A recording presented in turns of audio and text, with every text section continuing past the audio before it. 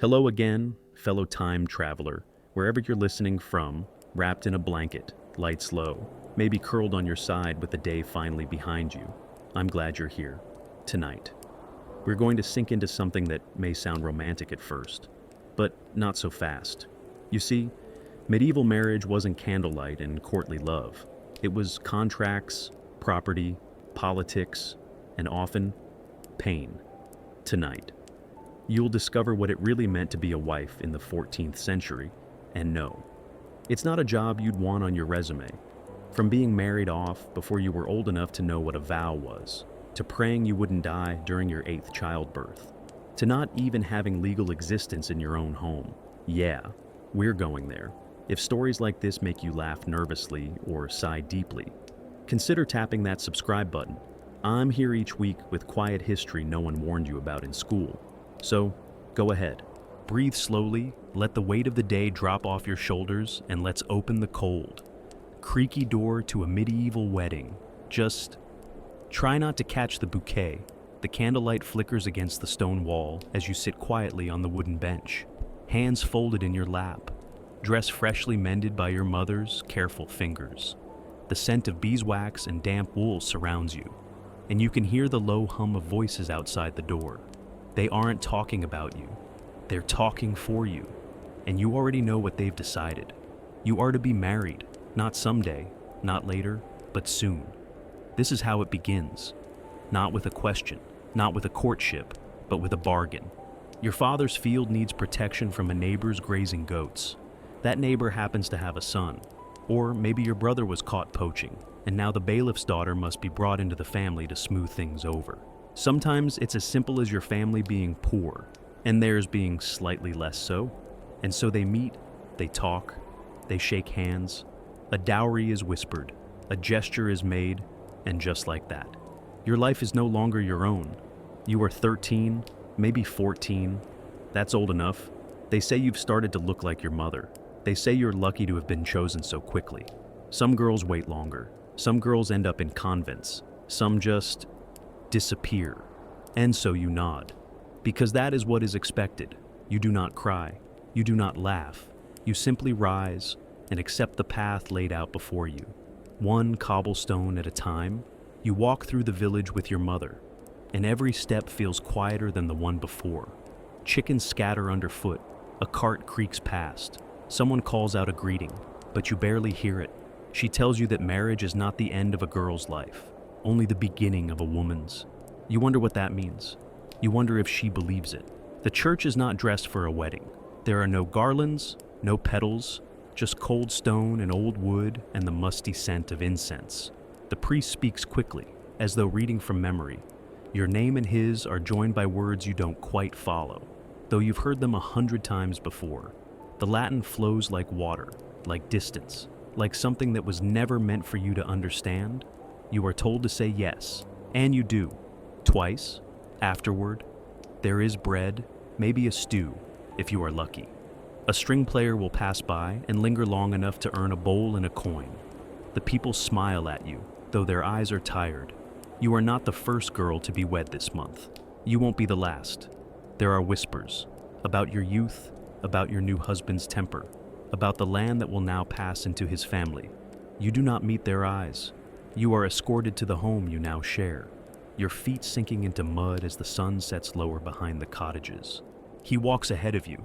You try to remember what his voice sounds like, but your memory gives you only his hands rough, large, resting too heavily on your shoulder during the blessing. The door creaks open, the room is dark, someone lights a taper, someone else begins to sing. You are led to a bed that smells of sheep's wool and ash. Someone laughs outside, a toast is made, a cheer goes up, then silence. And now, you are married. No ceremony could ever make it feel real. Only this moment, only this quiet, only this weight. And you think, wasn't this supposed to feel different? You lie there, staring at the thatched ceiling, listening to the sounds of the fire settling.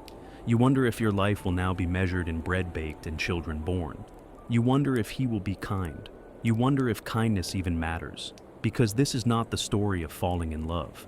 This is the story of becoming a possession. A treaty sealed with bread and land and expectation.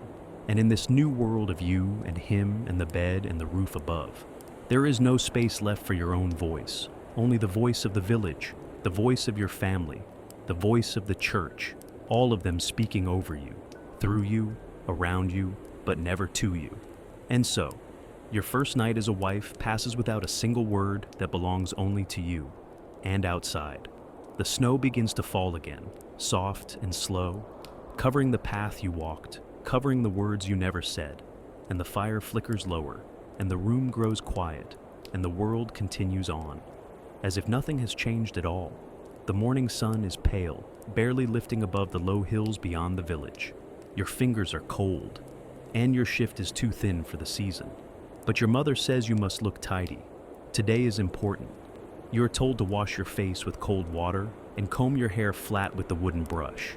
Your hands still shake from sleep, but your feet move on their own toward the basin, toward the bench, toward the waiting silence of a room that knows something you don't. Something about you, something about today. You are 12 years old. There's no announcement, no drumbeat or bell, but still, everyone knows. The older women glance at you with that strange, tight smile. The younger ones look away. You're not a child anymore. They say, your body says so. Your blood says so. That single moment, that first quiet sign of change, was all it took. And now everything is different. Though you feel just the same, there is a man waiting outside, not a stranger, but not someone you've spoken to either. He has a patchy beard, sun-leathered skin, and boots too fine for someone from your part of town. You are told he's 25, a good age, a respectable tradesman with a decent roof. You're lucky, your aunt says. Her voice is too cheerful, too bright. You wonder what she's hiding behind that smile. They tell you the age of consent is 12 for girls, 14 for boys. It's the church's rule. The body matters more than the heart. If you can bear children, you can be married. That's the logic. That's the law. You aren't asked if you want to. You aren't asked if you understand. It doesn't matter. Your blood arrived, and now so is he. Your father shakes his hand. Your mother brings out her best cloth, the one embroidered with red thread. It was meant for your dowry. You don't know what's in the pouch your father hands him. Grain coin, a promise not to say too much. You are told you are betrothed, not wed, not yet. That part comes later, after the feast, after the prayers, after the ink dries. But even now, as you sit on the stool and let the women braid your hair, you know this is no longer your house. Your bed will not be here next month. Your childhood, what little of it was yours, has already begun to fade. No one tells you what comes next in words you can understand, but you hear it anyway, in the whispered warnings, the too long silences, the weight of expectation that clings to your sleeves like soot. You're given a new dress. It doesn't fit right. The waist is too high. The fabric scratches, but you wear it because you must. Later that night, you watch the older girls dance at the gathering. Their steps are slow, eyes wide, voices soft. You wonder which of them is already promised, which of them is hoping no one notices. You sit on the edge of the bench and feel a hollowness growing behind your ribs. Something heavy and new and unfamiliar. It isn't fear, not exactly. It's more like surrender, quiet, numb, the knowledge that this life has already begun moving without you, and you are expected to follow. They say time moves quickly once a girl becomes a woman, that the days blur into weeks, then years, then seasons of planting and bearing and burying and hoping. But tonight, time feels slow and cruel and clear. You are 12, and they say you're ready. It's a cold morning again, the kind that numbs your fingers before you even step outside. You hear voices in the courtyard below. His voice, rough and matter of fact, speaking to your father about the coming frost, about the mule, about the marriage contract. Not about you, never really about you. You are present, yes, but more like a possession being transferred than a person with thoughts and fears and a spine that still aches from the lumpy straw mattress you barely slept on. There's a kind of numbness in you now, not the cold, the understanding. This is happening. The feast was last night, not a large one, bread, fish, some ale, a few awkward toasts, laughter that didn't reach the eyes. You remember watching the candles flicker and thinking how strange it was that something so final could look so ordinary. No music, no dancing, just signatures and nods. And the silent unraveling of a childhood that never got to breathe.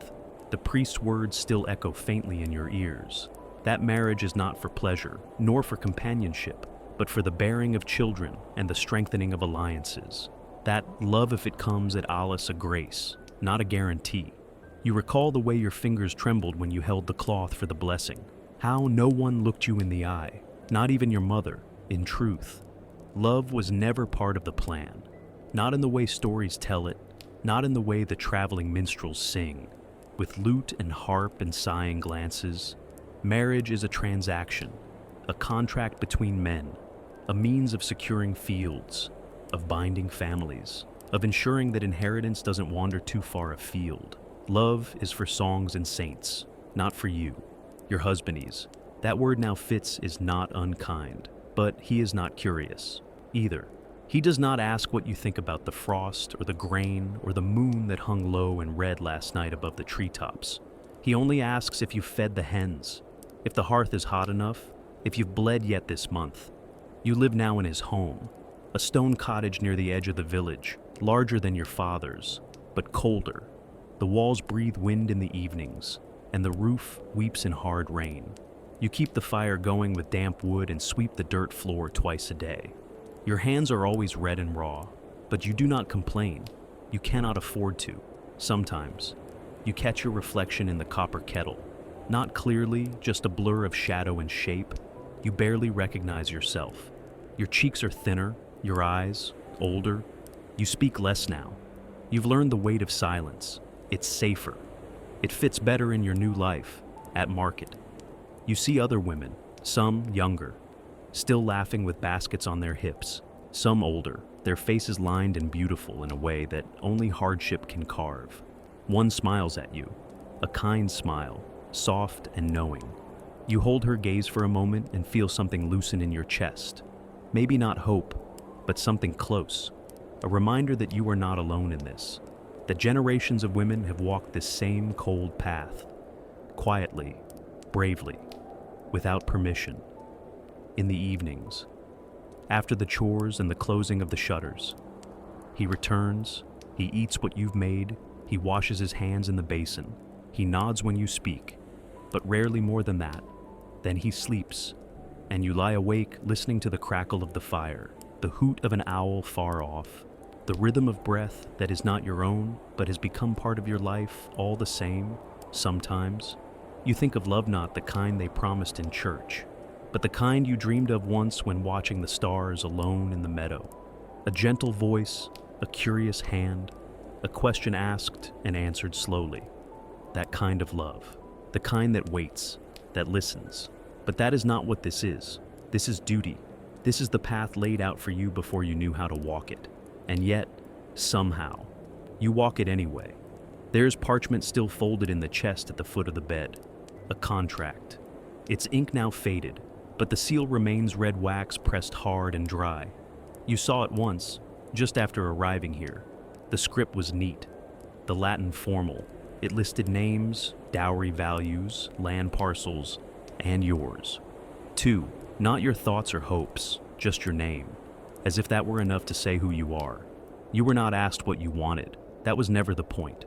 To be married, in this time, in this place, is to become someone else's, not metaphorically, literally. The law is clear. Your husband is now your legal guardian, as if you were a child, or a ward of the church. You cannot own land. You cannot take a case to court. You cannot leave without his word. Even the bread you need, the linens you mend, the beeswax you mold, none of it is yours. Not even your body. He can take what he wants from you, and the church will bless it. They will say it is his right, that your duty is to bear children, to be patient, to submit. If you protest, if you resist, it is your soul they will question, not his actions. And still, life goes on. There are days when the house smells of boiling broth and wet wool, when the sky outside turns to ash and the wind wails through the slats like a lost child. On those days, you gather your shawl tight around your shoulders and move from one task to the next. Quietly, with purpose. You tell yourself that survival is strength, that endurance is a kind of resistance, sometimes. In the village square, you see unmarried girls giggling near the well, tugging braids and whispering about this man or that. You remember when that was you, when the future was still a shape, not a wall. They look at you now with wide eyes, some with envy, some with pity. They don't yet understand that what you carry is not just a ring, but the weight of a system too old and too cold to care who it crushes. And there are nights silent, long when you lie on your side, facing the stone wall, and count the knots in the wood beam above you. Anything to keep your thoughts from spinning, anything to not feel the hand that reaches out without asking. You wonder if the priest would still call it sacred, this silence, this stillness, this absence of choice. But not every moment is sorrow. There are small things you gather to yourself, like herbs in a pouch your neighbors smile when you bring her extra eggs. The way the chickens cluck softly as they settle in at dusk. The rare warmth of sunlight that filters through the window and paints gold across your calloused hands. These are yours. No one can claim them in time. You learn how to move without making noise, how to speak without saying too much, how to guard the fragile flame of your spirit when everything else seems to belong to someone else. You become a master of subtleties, of withholding, of watching, and perhaps someday, your daughter will ask you what it meant to be married. You will think of the contract, the silence, the work, the resilience, and you will choose your words carefully. You will tell her something true and something gentle, because while you may not have had a choice, she might, and that possibility, however distant, is enough to keep the fire going. The air still smells of milk. You remember that scent clinging to the folds of your tunic, the straw of the barn mixing with something gentler, like the fading warmth of childhood. You had been 12 when your mother placed a ribbon in your hair and told you to stand tall. The man who came to visit was older, his beard flecked with gray. He had brought a bolt of cloth and a fat hen. You had not known what for, but everyone else had. In the village, no one whispered, no one gasped. A girl of 12, she could sew, sweep, bear children, and that, to most eyes, was enough. Childhood was not something protected. It was something that ended the moment a dowry was exchanged. You remember that first morning in his house, how the shutters groaned when you unlatched them, how the dust danced in the sunbeam like tiny spirits. You remember sitting on the edge of the bed, feet not quite touching the floor, waiting for someone to tell you what came next. No one did, instead. A new life simply began around you, like a wheel already turning. The chores were the same as before: boiling water, kneading dough, tending the chickens, but the rhythm was different. There was no mother's voice in the background, no sister's laughter, just silence and commands. The fire still needed feeding, the stew still needed salt, but you, now, were expected to know these things without instruction. And by spring, your belly had begun to change. It's strange how fast a body can become something foreign. You felt your hips ache, your stomach pull tight. You watched your reflection in the water trough and saw a face still round with youth, already shadowed by something older. Fear, perhaps, or fatigue. The other women in the village clucked softly and nodded. One brought you dried herbs, another told you how to lie when the pain came. None of them asked if you were ready, because readiness was a luxury few could afford. You were a vessel, a hope for lineage, a bet placed by two families, and that was that. The child came during a storm. Thunder cracked above the thatch like the sky itself was tearing open. You screamed. You remember gripping the edge of the table so hard your fingers bled. And when the midwife finally lifted that small, squalling shape into the air, you felt something strange. Not joy, not relief, but awe that your body so young, so worn could do this, could bring forth life from pain.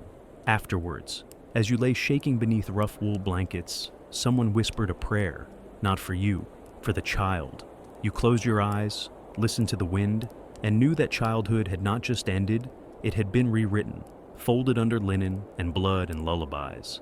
The next days were quiet, the fire hissed, the baby cried, your breasts ached. You moved slowly, like an old woman, though you were barely past your 12th winter, and still, no one pitied you, because to them, you had been lucky, chosen.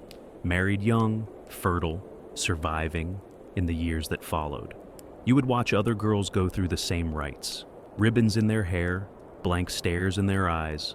You would press dried lavender into their palms, whisper the names of safe teas, warn them to keep knives far from the crib in the dark of night. Because not every girl survives, not every girl stays, but you did. You learned how to wrap the baby tight so it wouldn't cry, how to answer your husband without flinching, how to stitch a hem in silence, and slowly. You forgot the sound of your own laughter. It had been a child's sound. It didn't belong here, even now, when you pass the mirror. You sometimes catch that child's face looking back at you. Not always, just for a moment. And you wonder what might have been if someone had waited, if you had waited, if the world had seen a 12-year-old girl not as a bride, but as a child, still soft, still blooming. But such dreams are a kind of treason, and you've lived too long to risk them. It begins with bells, loud, clanging bells that echo across the square like a summons. You are already dressed layers of linen, a sash of red, your best cloak, though it smells faintly of the hearth, around you. The village gathers, eyes bright not with joy, but with appetite for spectacle, because this wedding, like all weddings, is not yours. It belongs to them.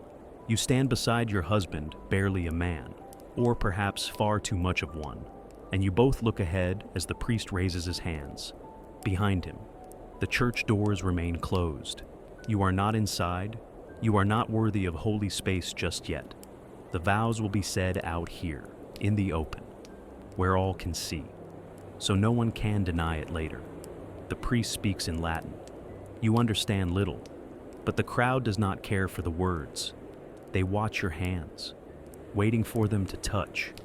They count the coins exchanged, the nods between families. These are the true rites, the ones that matter, the transaction, the merging of land, the sealing of bloodlines. Someone cheers when your hands finally clasp. Someone else throws grain, and it clings to your damp skin like tiny bees. There is laughter, a song you half know, the sharp smell of ale, and still, your heart beats loud and confused beneath your ribs. You are married, not in the way stories whisper, but in the way stone binds mortar, practical, immutable. The feast comes next. You sit at a long table, food laid thick across its surface, roast meats, small loaves, a jug of cider already half drunk, and all around you. People press in, they ask about the dowry, they make jokes about the bedding, they nudge and smirk and glance toward the chamber waiting upstairs. You try to smile, your jaw aches from it. Later, when the sun has dipped and the candles gutter low, someone takes your hand, leads you from the warmth of the hall into a room that smells of wool and sweat and pine. There is a bed, there are witnesses, not in the room, but near enough, waiting for confirmation, for proof. You lie there, staring at the beams of the ceiling, the thatch above them black with age, and when he leans close, when it is done, when the cloth is shown with pride to the guests downstairs, you feel the last flicker of something burn out in your chest. Not innocence, that left long ago, but hope, perhaps, or illusion. The morning brings cold bread and louder laughter. They say it was a good wedding. They say the match is sound, that you are lucky, that your children will be strong, but no one asks how you feel, because weddings were never meant to be about feelings. They are about legacy, property, survival, and yet, in the stillness before sunrise, you allow yourself one small wish, not for love, that is too big, but for peace, for quiet days, for space to breathe. The bells toll again. Far off, another wedding beginning, another girl with trembling hands and a stiff veil. You are no longer her. You have crossed the threshold, and the door behind you has closed. The morning light is pale and soft, filtering through the linen shutters like breath through gauze. You sit upright on the edge of the bed, not because you're rested, but because you've already learned what is expected. The chamber still smells of ale and lavender sprigs, though neither scent quite covers the quiet truth of what died or didn't happen last night. Because despite the cheers and the coins and the bedding songs sung far too loudly below, you and your husband never touched. He was tired, he said, or maybe you were. Or perhaps both of you were simply strangers wrapped in expectation. He lay beside you, fully clothed, the space between your bodies wide as a river in flood. He turned to the wall. You watched the candle burn low. That was all. And yet, this morning, you are wife and he is husband, in the eyes of the village, in the church ledger, in the eyes of law and kin you are bound. The marriage is sealed. Whether flesh met flesh or not makes little difference unless someone decides to make it matter. You wrap a shawl over your shoulders, hiding the absence of marks, of bruises, of proof. The other women would know if they looked too close. So, you walk slowly. Keep your gaze low. Smile when smiled at. Downstairs, there is bread, cooled on a slab of wood, and the last dregs of yesterday's broth warming on the fire. He sits at the table, already eating, says nothing. You sit beside him, say nothing in return. Two young people in borrowed clothes and binding words. The truth is, many marriages begin this way. Sometimes the groom is too nervous. Sometimes the bride is. Sometimes they are children. Sometimes they are cousins. Sometimes they are strangers in the truest sense, joined by contract alone, with no spark to quicken the blood or stir the soul. But still, they are married, and that is enough. For now, for in the world you inhabit, consummation is not just about passion. It is about politics, about inheritance, about the production of heirs and the affirmation of paternity. If days go by, or weeks, or even months, and still no union is made, people begin to whisper, midwives raise their brows, in-laws press their lips, priests clear their throats, and then annulment is whispered like a curse, because a marriage unconsummated can, in the eyes of church and crown, be undone. Which is why, on some nights, candles are lit not for romance, but for duty. Why young couples are walked to the chamber, not in privacy, but with watching eyes and knowing smiles. Why, in some regions, proof is demanded, sheets inspected, questions asked. Still, you are lucky, in your way. No one has asked yet, no one has looked too close, and you wonder perhaps this is what your marriage will be. A quiet truce, a life beside another, not with a kind of partnership where hands do not meet in the dark, but coins and fields and names are shared just the same. But a small voice inside you wonders something else. Is this all? Is this the shape of a life? A ceremony? A title? A name you now carry like a satchel you didn't pack? You look at him, this boy, this husband, this almost stranger, and he glances back. And for a moment, something passes between you, not longing, not affection, but understanding. Perhaps he too wonders what marriage truly means, beyond the cloth and the chants and the laws and the lineage. And maybe, slowly, in time, that wondering will soften into something else. Not love, not yet, but maybe patience. And in this frozen, fragile space between expectation and experience, you learn something ancient and true. Marriage is not made in a night. It is made in the days that follow, in the choosing, in the listening, in the way two people learn to breathe in rhythm, even if they never touch. You rise from the bench, pour water into a bowl, wash your face in silence, and for the first time, you feel not like a girl taken, but like a woman choosing. The room is quiet as you step out into the pale morning chill, a fine mist curling around the cobbled yard.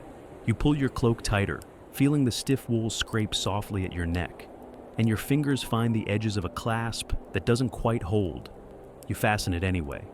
That's what this is? After all holding things together, even when they don't quite fit, you walk slowly, past a woman feeding chickens, past the chapel bell still silent, past the low hum of a blacksmith's forge warming to life.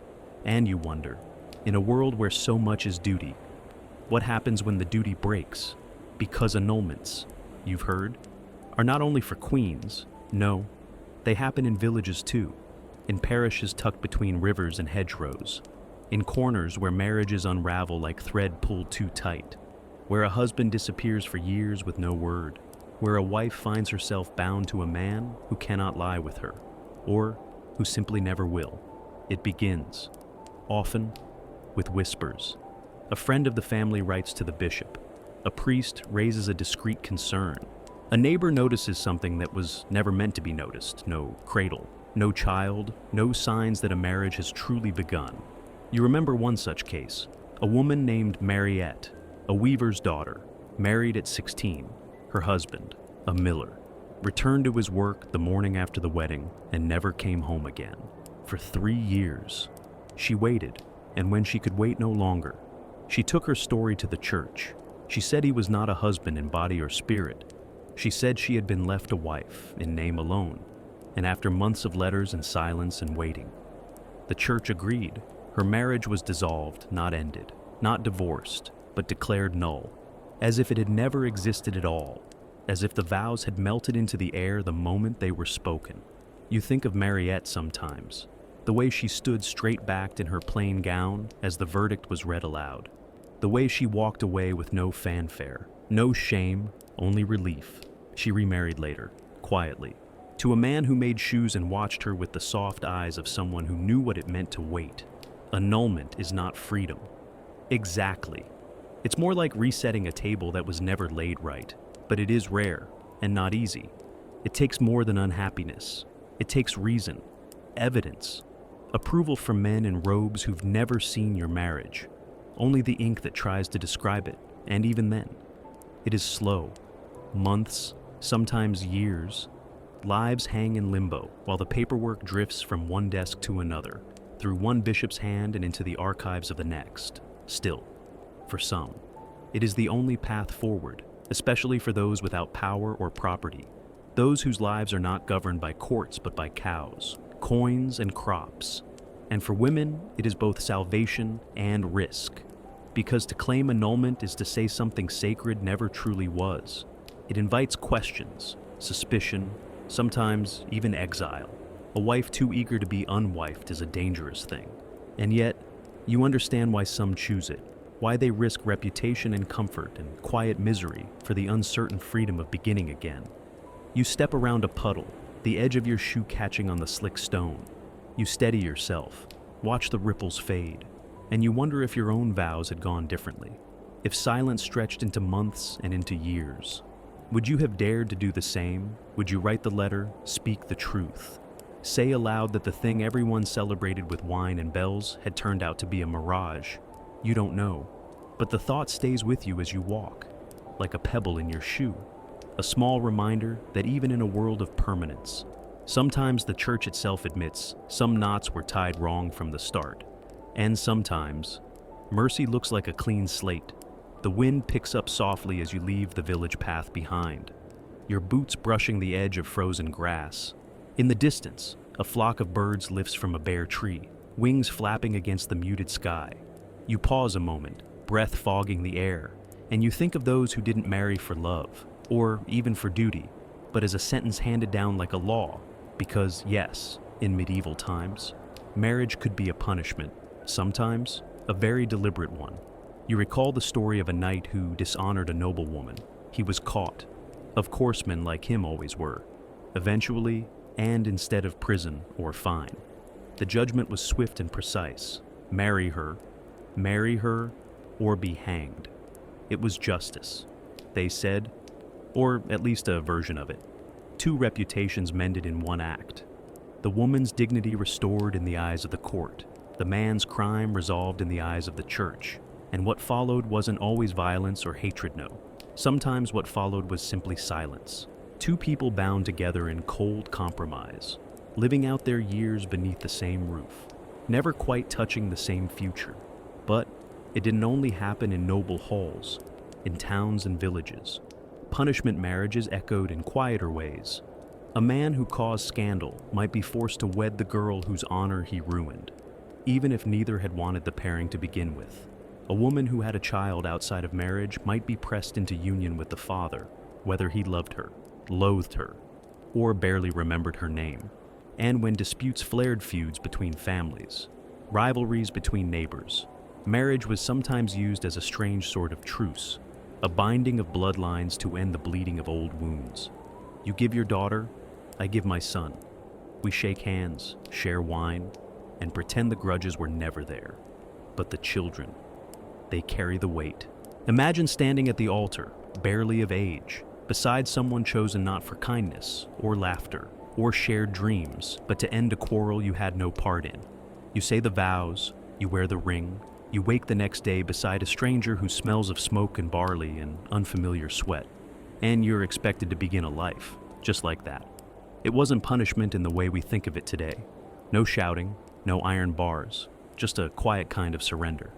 You think of the women especially, the way their names might be inked into a contract without ever being asked, the way a crime committed by another could become the reason their entire life was rerouted.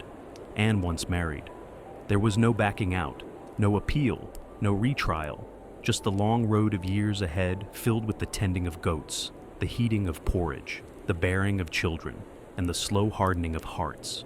Still, not all punished marriages stayed cold. Some learned, over time, to soften toward one another. A shared glance at the hearth, a hand offered during illness, a child born that changed something in the way they spoke. People are strange like that. Even forced roots can grow, if watered long enough, but that doesn't make the soil any less bitter. And as you walk beneath a low sky now thick with the scent of ash and frost, you feel it, the quiet ache of so many lives lived as consequence, the silent partnerships forged not from affection, but from the residue of sin and the hunger for restitution. Even now, centuries later, the echoes remain, not in law books or court rolls, but in the shape of old folk tales, in village names that once belonged to girls married off to make a quarrel disappear. The wind shifts again, colder this time.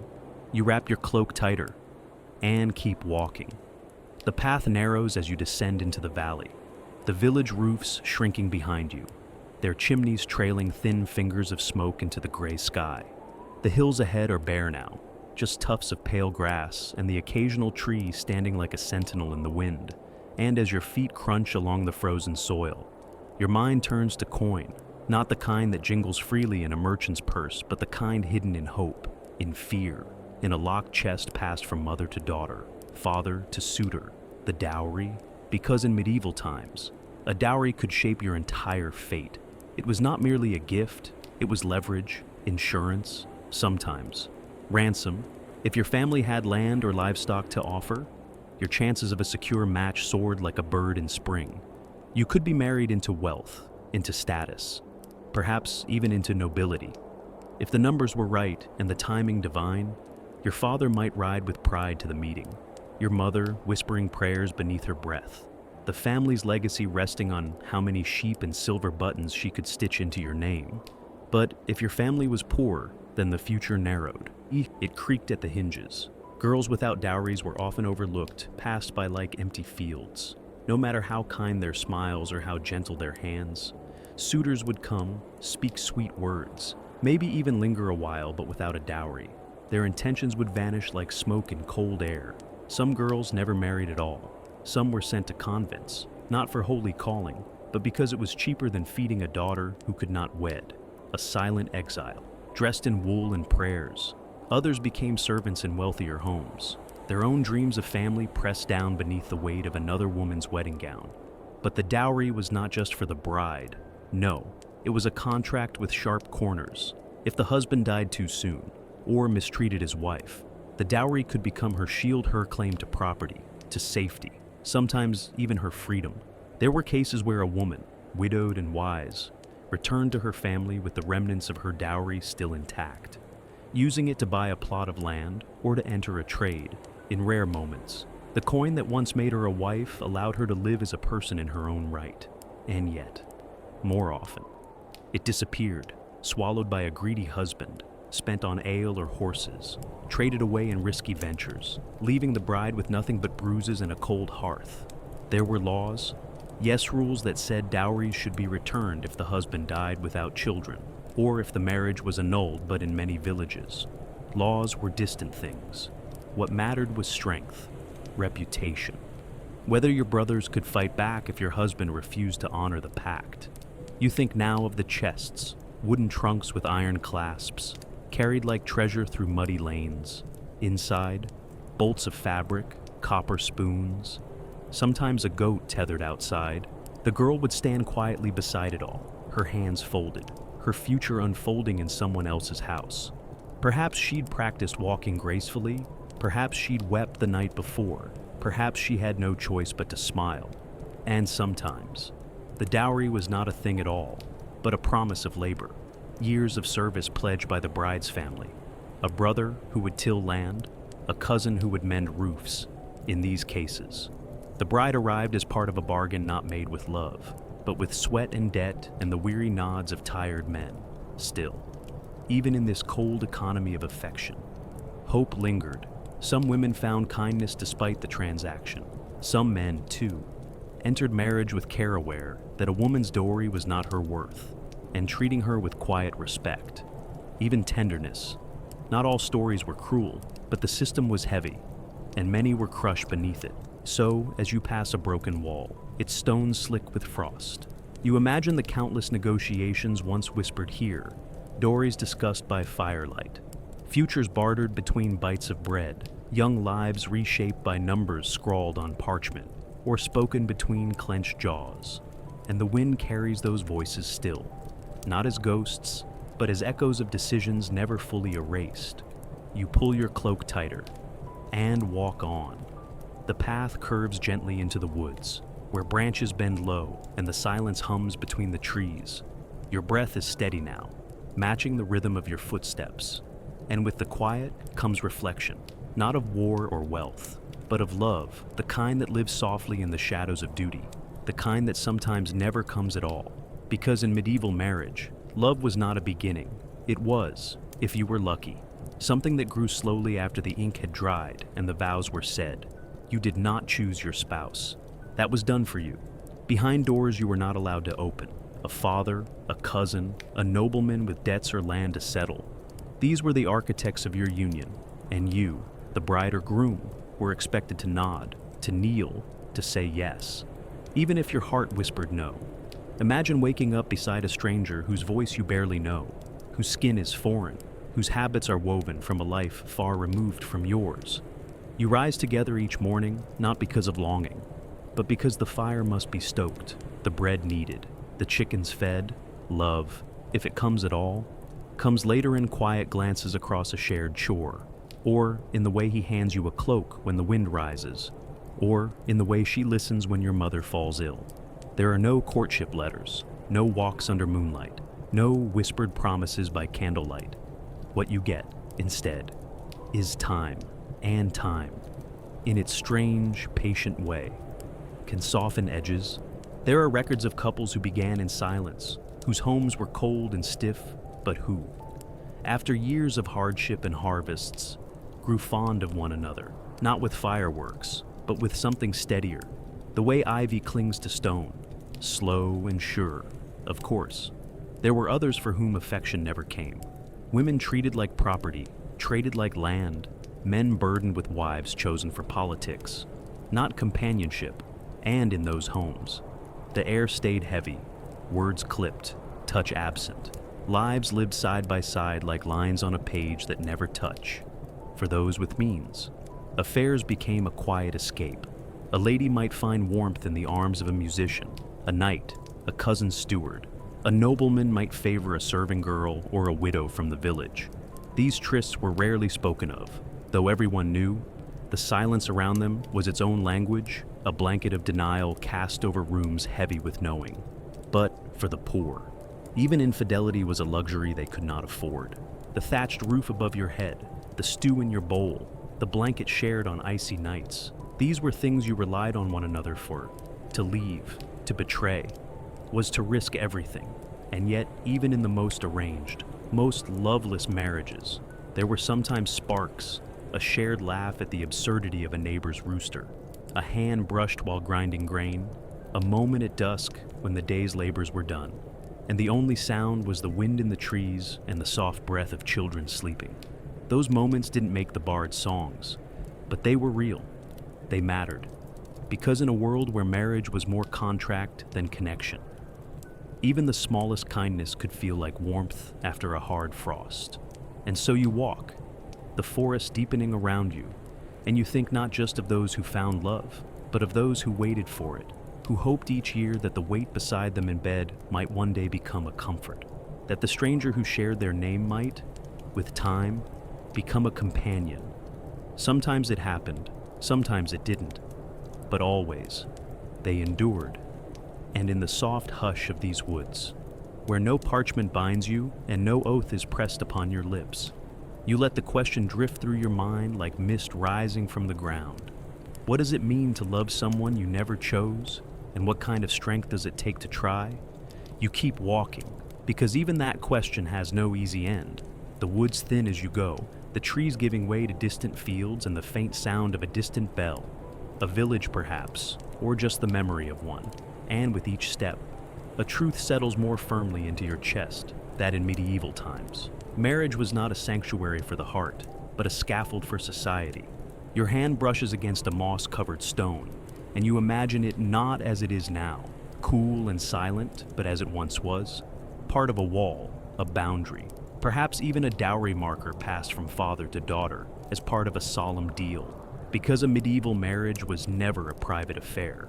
It was a contract, witnessed and approved by family, by community, by church, and in noble circles, even by crown. The union of two people was the stitching together of bloodlines, land, alliances, debts, and obligations. A marriage could bring peace between warring houses. It could claim a kingdom. It could settle a feud that had raged for a generation. And it could also be undone in the whisper of scandal, or the failure to bear a son. For the peasant, too, the marriage was a public thing. The banns read aloud in the parish for 3 Sundays, inviting anyone to object. The priest, the neighbors, even the local reeve, they all bore witness. Your lives were not yours alone. Your union was a thread in the larger fabric of survival, one more knot to bind a fragile society together. The moment of union was sacred, yes, but also practical. You did not marry only for love, or even for duty. You married because it made the land easier to work, because two could carry what one could not, because winter came quickly and warmth was found not only in fire, but in the shared breath beneath a single blanket. And so, love remained a quiet hope, a bonus, if it came, but never the point. You think of the nobles, cloaked in finery, exchanging rings of silver, their voices echoing through stone chapels lined with saints. Their vows meant something else entirely. They weren't just giving themselves to each other. They were giving their lineage to posterity. A baron's daughter might be promised at 10, wed at 12, and sent to live among strangers before she knew her own voice. A lord's son might be offered in betrothal before he could ride a horse. What they felt was irrelevant. What mattered was who they were, and who they could bring with them, what lands, what titles, what heirs. And yet, beyond the high walls of castles and the low rafters of farmhouses, the same truth echoed through every chapel. Marriage was about more than two people. It was about survival, legacy, obligation, and sometimes submission. It was a bargain made not in whispers, but in the open air, with witnesses and wine and prayers and pressure. It was a duty, and it was binding, even when it hurt, even when it didn't fit, even when it failed to grow into love. In some cases, annulment was possible but rare, only if the marriage had not been consummated, or if there was proof of fraud, or forbidden kinship. Otherwise, you were bound for life, even if your spouse vanished or fell ill, or betrayed you in every possible way. For the church, the bond was sacred. To leave it was a kind of death. And yet, people tried. Some ran, some hid. Some begged the bishop, pleaded before the pope. Some found lovers in secret corners of their lives. But most stayed, because leaving meant shame. It meant ruin. It meant exile, or worse, excommunication. To leave a marriage was to leave the village itself. And so, they endured, together, apart, tied not by love, always, but by necessity. And as you follow the path now into a gentle valley where the grass sways in the wind and a church spire pierces the horizon, you feel it, the weight of all those unions, of every bride who whispered a prayer before lifting her veil, of every groom who stared at his boots as the priest droned on, of every soul who stepped into marriage hoping for the best, preparing for the worst. Marriage was never just about two people. It was about the world pressing in around them, demanding they hold fast, even if the love never came, even if the silence between them lasted years. even if the only bond was the life they built in spite of everything else. And perhaps, in that silence, in that resilience, there was a kind of love after all, not the kind sung by bards, but something quieter, something strong. You pause and close your eyes, and the wind carries the echoes forward. The bell you heard before now tolls in your mind like a memory, not just a sound. A soft wind drifts over your shoulders as if brushing the veil from a bride's face. And for a moment, you see her not, yet a woman, barely taller than the waist of the priest. Her eyes wide, not with wonder, but with quiet resignation. She is 12, perhaps 13.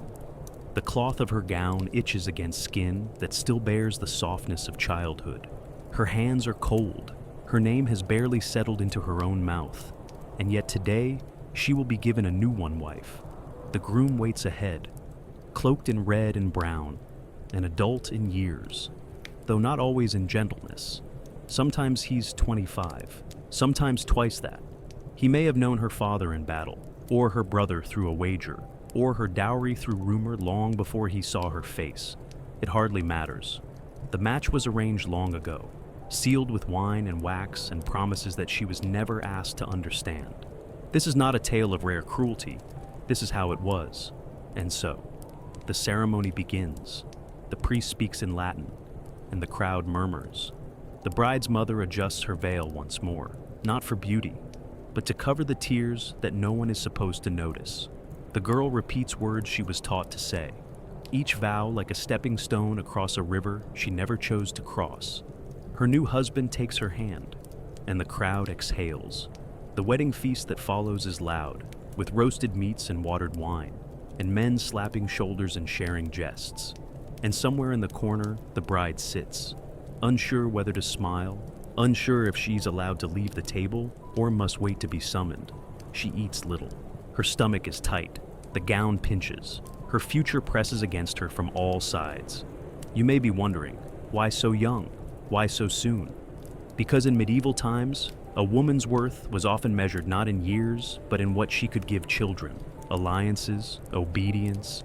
Puberty was the signal, not adulthood, and once she could bear children, she was expected to bear the weight of family honor along with them. Early marriages weren't always consummated immediately. Sometimes they waited, sometimes they didn't. It depended on the groom, it depended on the priest, it depended on whether the girl's family held enough sway to insist on patience. But rarely did it depend on her, among nobles. Child brides were currency. A daughter could be the key to a new border, a stronger army, a more favorable treaty. A duke might send his girl to France with a chest of linens and a written blessing. A king might betroth a 6-year-old to a boy prince. Their hands joined in a ceremony they barely understood. Their fate set in parchment and politics. For the peasants, it was often simpler, but no less stark. A family with many mouths to feed might send a daughter off to a neighboring village, her dowry a cow or a bolt of wool. Her new husband might be kind, he might not, but she would work beside him, birth children for him, carry his water, and pray his temper stayed mild. And the word love, it might come in whispers years later, or not at all, more often. Affection was grown like grains low, season by season, or never sprouted at all. You can feel it now.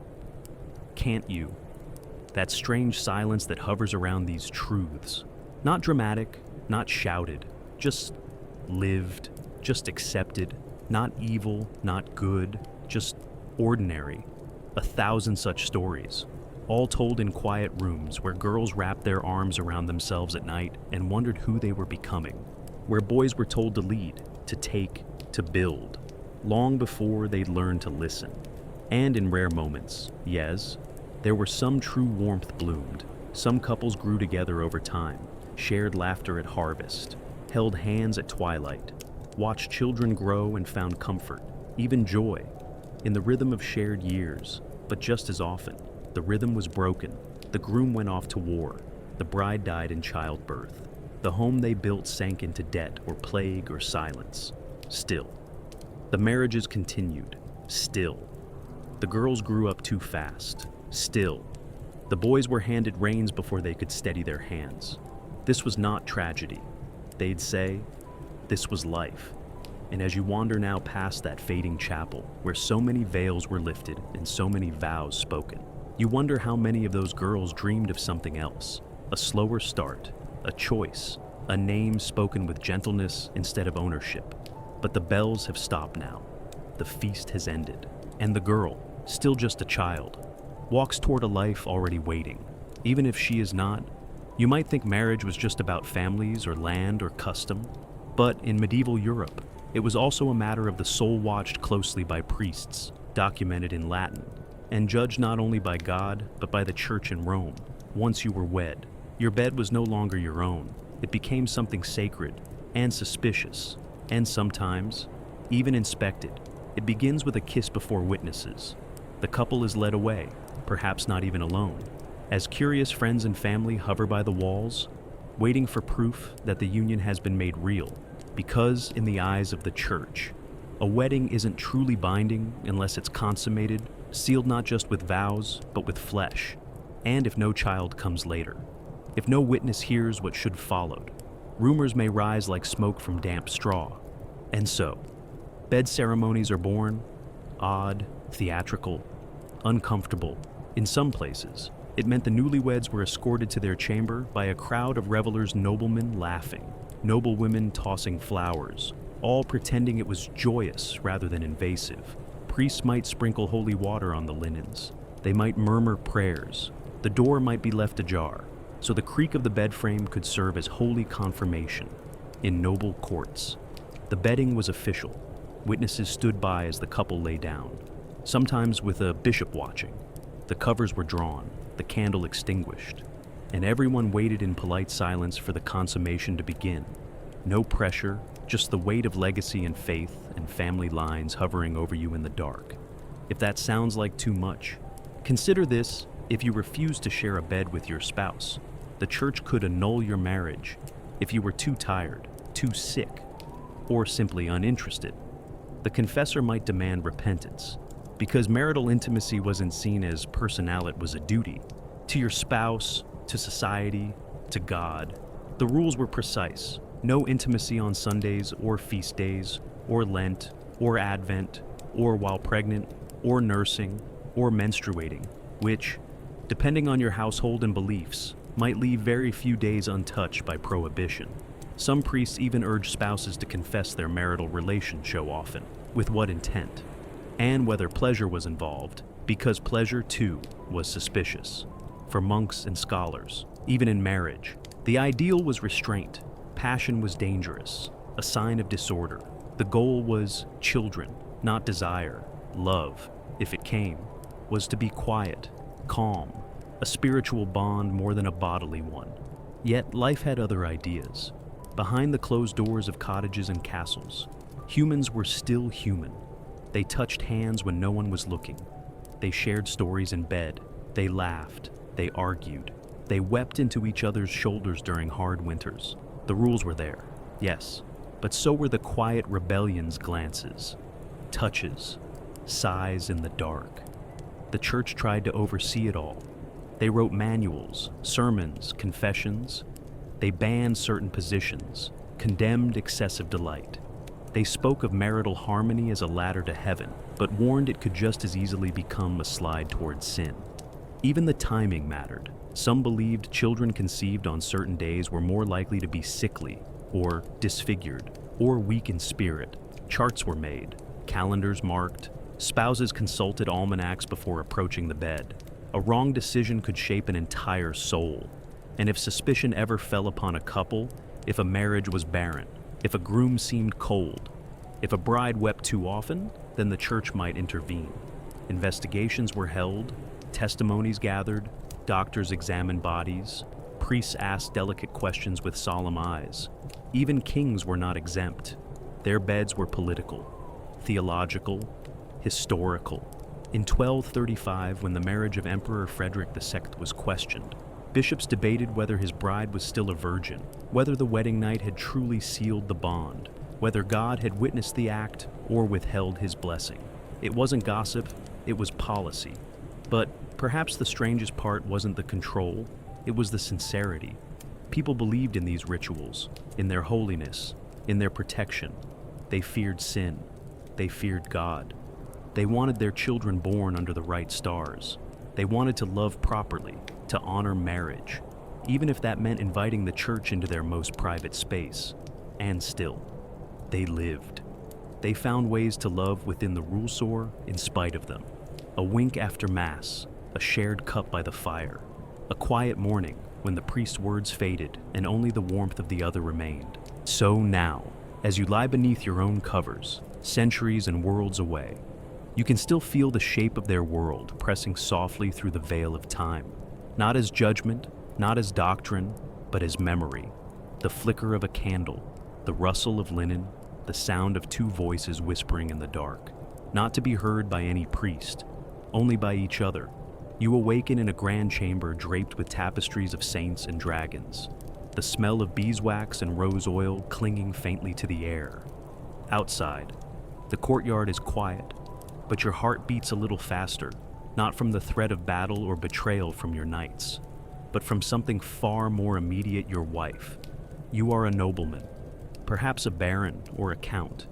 You've survived campaigns in France, duels in the rain, nights in icy tents beside dying horses. But none of that makes you feel quite as exposed as the moment your lady raises her eyebrow across the breakfast table. In this house, she holds more than the keys. She holds the rhythm of your household, the fate of your legacy, the rumors that spiral through the hallways like chimney smoke. And in a world where honor is everything and scandal spreads like fire, a displeased wife can be more dangerous than a sword. Marriage among the nobility was never simply about love. It was about alliances, dowries, bloodlines, and reputation. Your wife came into the union with her own power lands, titles, retainers, and perhaps more importantly, a sharp wit honed by years of courtly observation. She watched everything, listened to everything, and unlike your soldiers, she couldn't be dismissed with coin or banishment. She was part of your name now, your lineage, your downfall. If you weren't careful, you might command battalions, but she commanded the chambermaids, the scribes, the stewards. Her hands did not carry blades, but her voice could cut clean through your ambitions. If a letter went missing, if a whispered message found its way to your rival, if the wrong child was favored over another, suspicion bloomed. And in many courts, it wasn't the husband they feared, it was the wife behind the curtain. She knew when to kneel and when to stand, when to pour wine and when to withhold it, when to smile in front of guests and when to lock the door behind them. She might never raise her voice. She didn't need to. Some noble women were adored, some were endured, a few were quietly feared. Isabella of France, they called her the she-wolf. Eleanor of Aquitaine rode in armor beside her husband, later ruling as regent with more authority than most kings. Even lesser-known ladies held their husbands in check, with a glance or a quiet sentence that carried the weight of reputation. Because if your wife turned against you, if she whispered to her brother, the duke, or her cousin, the bishop, your lands could be seized, your alliances undone, your sons questioned, your household split like a rotting beam. And of course, there was the bed. A noblewoman might not choose her husband, but once married, she often controlled the pace of intimacy. She chose the nights, the rhythms, the silences. If she turned her back, there was little a man could do without risking scandal or divine wrath. Consent mattered, even then, especially when the church looked so closely at how noble families behaved. A pious wife could shield her husband from political backlash. A scorned wife could summon it. She knew the accounts, the family tree, the hidden faults in your vassal's loyalty. She knew which monk held your confessions, which child bore your true blood, and perhaps which didn't. Even a whisper from her could lead to annulment or worse, exile.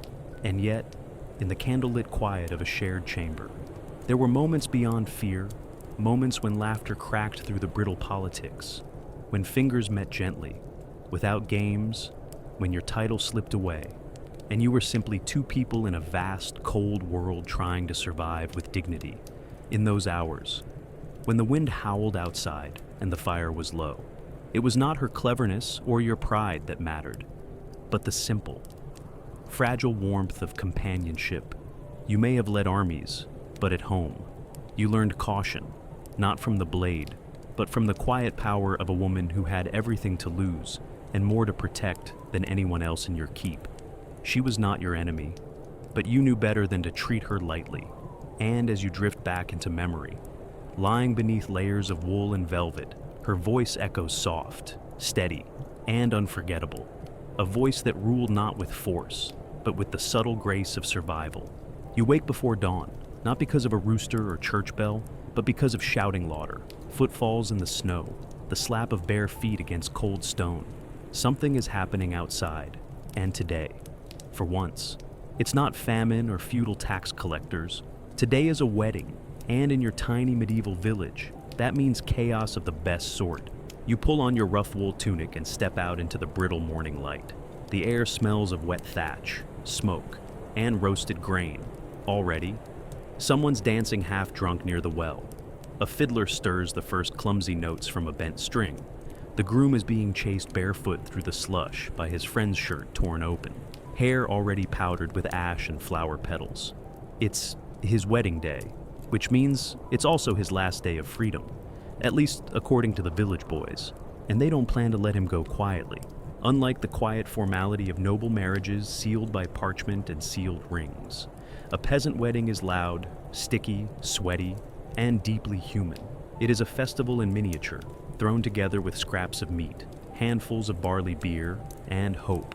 No feast hall, no tapestry-lined altars, just a clearing near the fields, maybe the edge of the churchyard, a few benches borrowed from the tanner's workshop. The bride is being prepared behind a curtain of reed mats, surrounded by aunties, cousins, and sisters who rub her arms with lavender oil and cornmeal. She's nervous, not because she doubts her husband, but because the old women keep whispering jokes in her ear, all too blunt, about what comes tonight. Her dress is simple, undied linen with a red sash, but someone has tucked holly into her hair, and a little pouch of rosemary is tied at her wrist, warding off illness and evil spirits.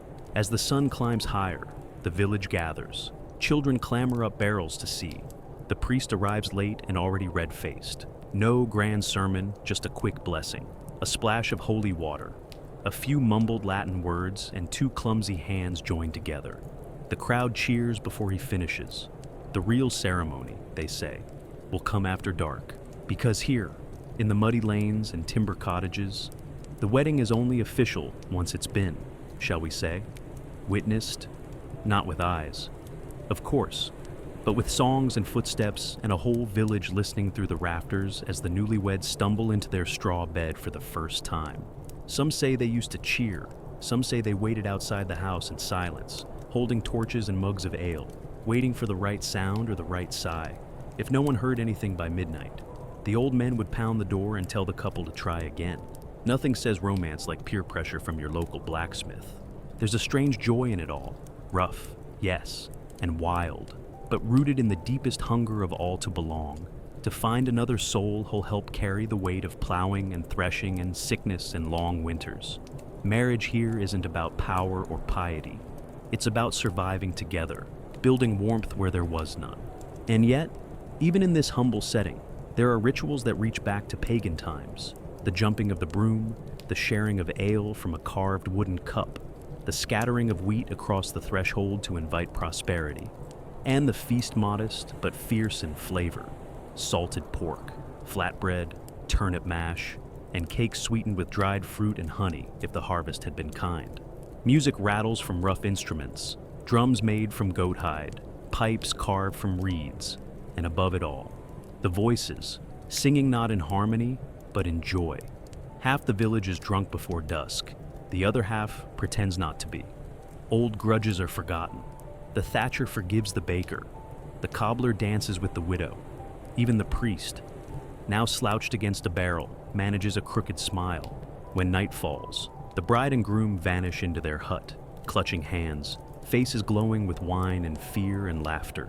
A candle flickers behind the rough linen curtain, and the villagers raise their mugs, toast once more, and begin the long, slow stagger home through the snow. You retreat too, finally, to your corner of straw, still hearing the echo of fiddles and boots on dirt. You think of the warmth of shared hands, the trembling hope of beginnings, And though your bed is cold and your belly half full, something in you is comforted, not by ceremony, not by scripture, but by the raw, ridiculous magic of two lives choosing to weave together, however imperfectly, against the darkness. Because in a world of toil, a wedding like this is more than tradition. It's rebellion, it's joy, it's life insisting on itself. You rise the next morning to the smell of old ashes and damp linen, your breath curling in the air like mist. The village is quiet now, as if the world itself is nursing a hangover. A few chickens peck lazily at fallen crumbs. Somewhere, someone groans. The wedding is over, but the marriage, that strange and fragile thing, is only beginning. And here, in this moment between festivity and routine, lies a question far older than vows or veils. Did they truly choose one another? Did they have the right to consent? In your time, is simple, or at least it should be. A yes must be free, clear, and whole. But in medieval Europe, that yes was more complicated, wrapped in layers of custom, pressure, fear, and silence. You think back to the bride, her shy smile, her trembling fingers.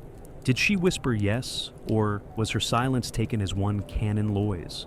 Even centuries ago, recognized something unusual for its time. It held that mutual consent, freely given, was the foundation of a valid marriage, not property, not family arrangement, not even consummation, just a yes. But theory is not the same as life. In the manor courts and village huts, practice often overrode principle. Families bargained, daughters were offered like dowries themselves. Land changed hands with the bride. A girl might be promised before her first blood, might be wed before her body even knew what it meant. A boy might be bound by honor, by debt, by the stern glare of a father with too many mouths to feed. Some spoke of love, of matches made not in heaven, but across ox-drawn wagons and behind the chapel. There were runaway lovers, secret hand-fastings, and passionate declarations beneath apple trees. There were those who defied family and feudal duty alike, risking ruin for a kiss and a whispered vow. But for most, marriage was survival first, emotion second, consent somewhere in between.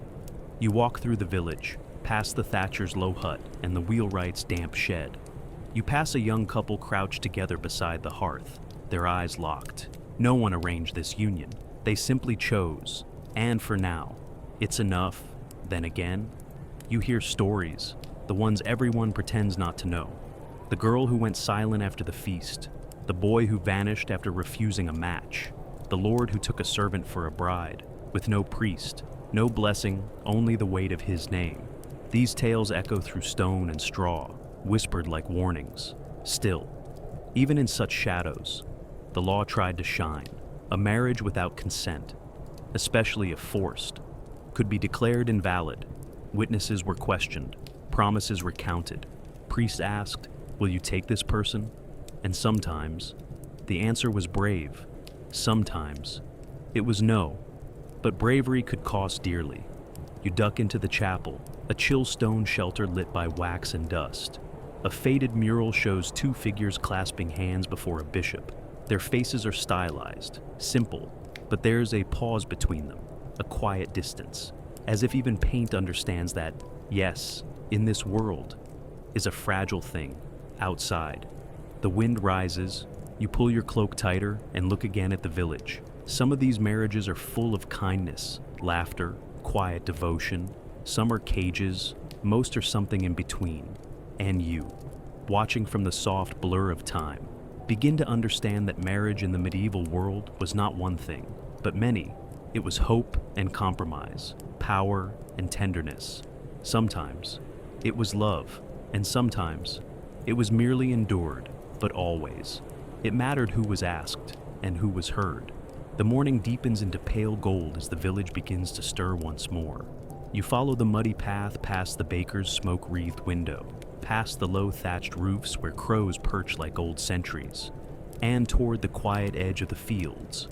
There, in the long shadow of a half-crumbling chapel wall, you see Ita, small, leaning headstone, half swallowed by grass. No inscription remains, but you know, this was someone's ending, and once, it was also the end of someone's marriage, Because in this world, marriage does not always end with old age and joined hands. Sometimes it ends in sickness, in childbirth, in quiet disappearance, and sometimes in a ledger, when a dowry goes unpaid or a debt unfulfilled. Death was not the only reaper. You think again of the dowry, that strange blend of gift and guarantee, of wealth and worth, as vital to marriage in this world as vows or veils. For a noble woman, it might be land or livestock, silk gowns or rare jewels. For a peasant girl, perhaps a pair of goats, a small chest of linen, a promise scribbled on brittle parchment. But in every case, it was her price, though no one dared call it that. It was meant to protect her, to anchor her within her husband's house, to ensure she could not be cast out like worn shoes. And sometimes, it did. But often, the dowry became a weight, a tool, a wedge, a weapon. If a woman died, the dowry was expected to return to her family. If a man died, it might be used to repay debts or withheld entirely. If love frayed, if tempers flared, the dowry became the battlefield, and the woman its unwilling prize. What was brought in, said one old proverb, may yet be fought for, and should a woman be left alone by death, desertion, or disgrace, the dowry often became her only hope.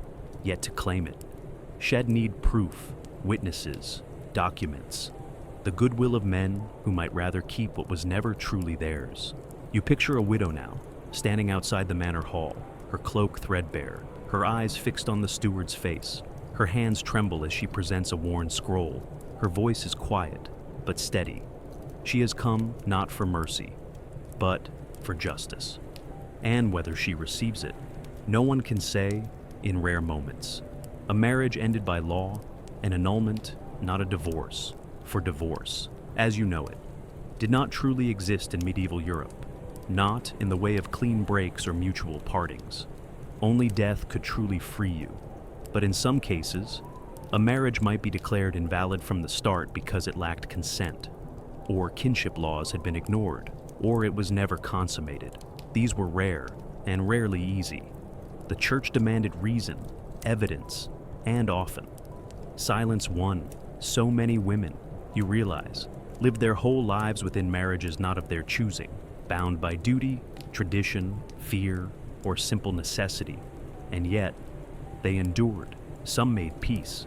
Some found strength in the rituals, in the small dignities of the day, and some, remarkably, found love not romantic, perhaps, but steady, companionable, safe, still.